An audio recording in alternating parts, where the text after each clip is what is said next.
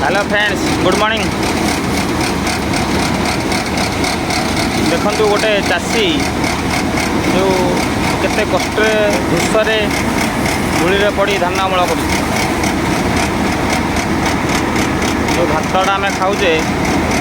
जहाँ बंचीचे धान अमल चलती आमर आज गोटे चाषी पिला केते कष्ट करी बिलरे जी जान लगे आम मुहर आहार दिए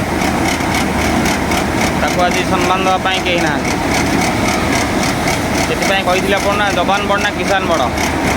भाई मो मत किसान बड़ सबुठ भाई सालुट किसान। देखो कौन दृश्य उड़ूची जहाँकि कुंटे हम देहरा पड़े देख किसान बसिकी